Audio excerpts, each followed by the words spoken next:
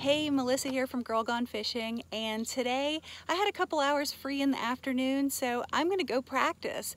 I'm gonna practice frogging today, like lily pad fishing, lotus pads, grass, that kind of thing. So I came back to Cowan Lake, which is where on the Cincinnati Kayak Fishing Cowan Tournament, I must have had like 25 or 30 frog blow-ups that I missed. So I've been like researching what I did wrong, talking to a bunch of buddies, and I think I figured it out. I have to not react when the fish hits the frog.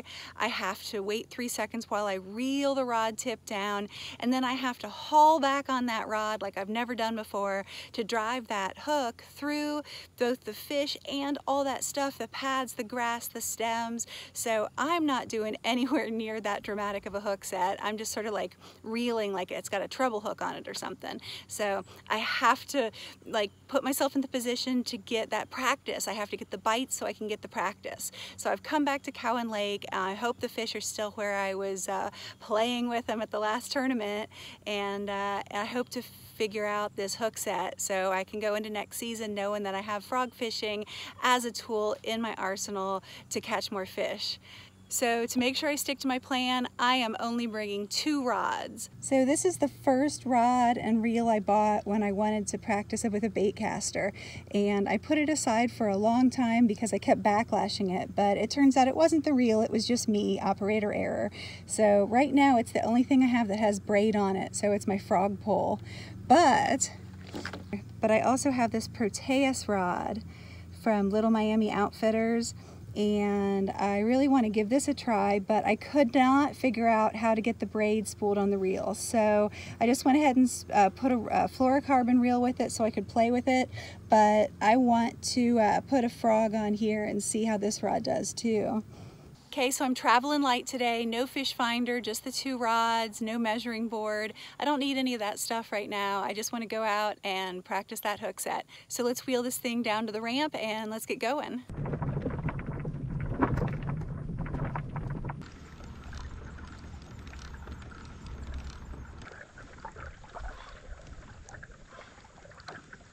So I just got to the spot on Cowan where I fished at the last Cowan tournament, and I missed all those fish on a frog. So I'm back. I've got that same Spro popper frog on right now, and I'm gonna see if I can get the fish going and practice my new hook set. Get good at frogging. Fingers crossed the fish cooperate.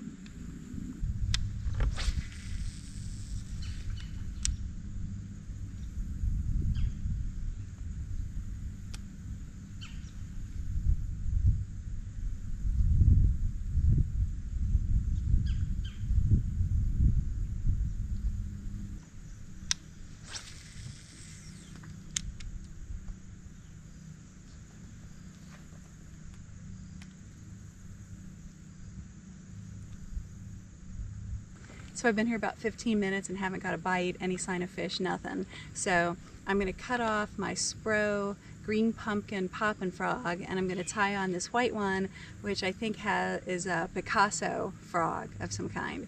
So I'm going to see if they're feeding on bait fish with the white guy.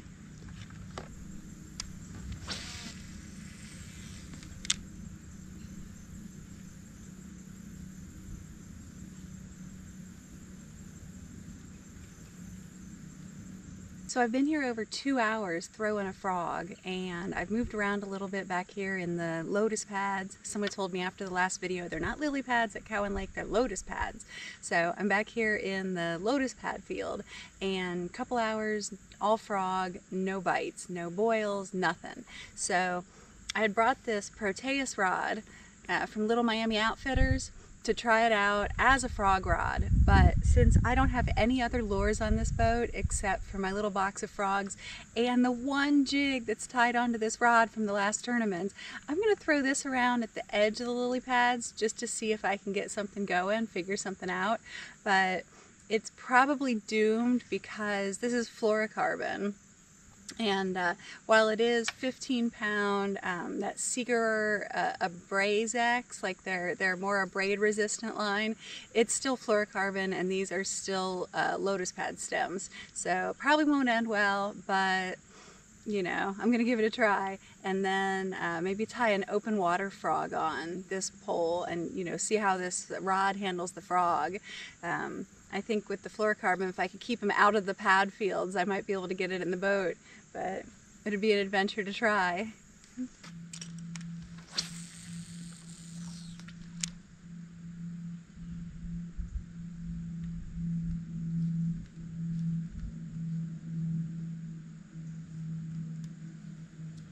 Well, I'm on to my third frog. They didn't want the Spro Bronze Eye Poppin' Frog that I had in Green Pumpkin, or the Picasso Poppin' Shad Frog thing in white.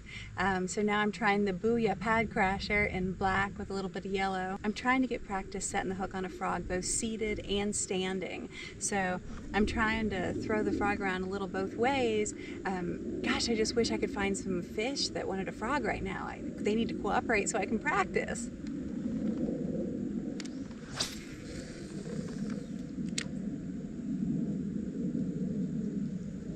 Like today was the day I scheduled for practicing my frog hook set, but the fish have to help me out here, man.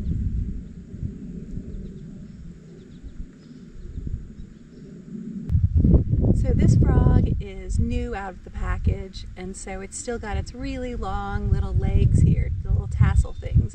So I usually cut a little bit off it, and I think I need to do that so I know that if I miss a fish, it's not due to them short striking on the long tails. So I'm going to cut off about half, maybe about a third, cut off about a third of them. So now he's ready to go.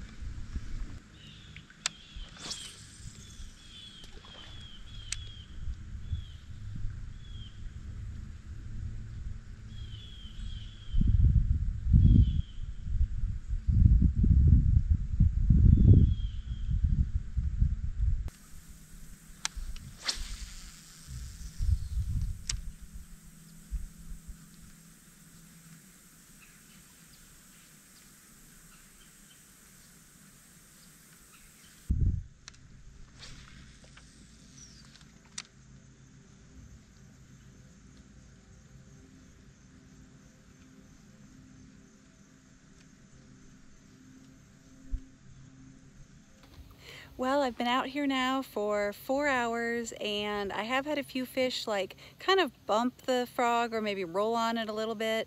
I really haven't had any commit to hitting it, so this has been a bit of a disappointment. I was really hoping to get some good practice on my hook set, but so far I've just pulled the lure away from a couple kind of not very ambitious fish so far. Gonna give it like another 30 minutes or so and then call it a day, but yeah, these fish, come on, man, I need the fish to team up with me here on this practice thing. I mean, it's kind of frustrating that I can't practice unless the fish cooperate. So, but I guess on the flip side, I am at least practicing like my casting accuracy, which needs to improve. So, time worthwhile out on the water. Let's see if we can get some fish before I call it a day. Well, I've pretty much run out of time to be out on the lake today, and I never got a fish to bite my frog. There were a couple of little like half-hearted blah, but I don't think ever, you know, a true hit. So what I learned today was you can't force a frog bite. So it's really stupid to come out on the lake with just frogs. I really wanted like a weightless Senko or something, and I can't believe I'm saying I wanted a weightless Senko, but conditions were absolutely perfect to drop a weightless Senko like right on the edge of those Lotus pads and reeds, and I didn't have one. So for the first time in my life I wished for a weightless Senko. But lesson learned, when I'm going out to practice a technique, bring a secondary technique in case you can't get that bite going. So I'm gonna paddle back.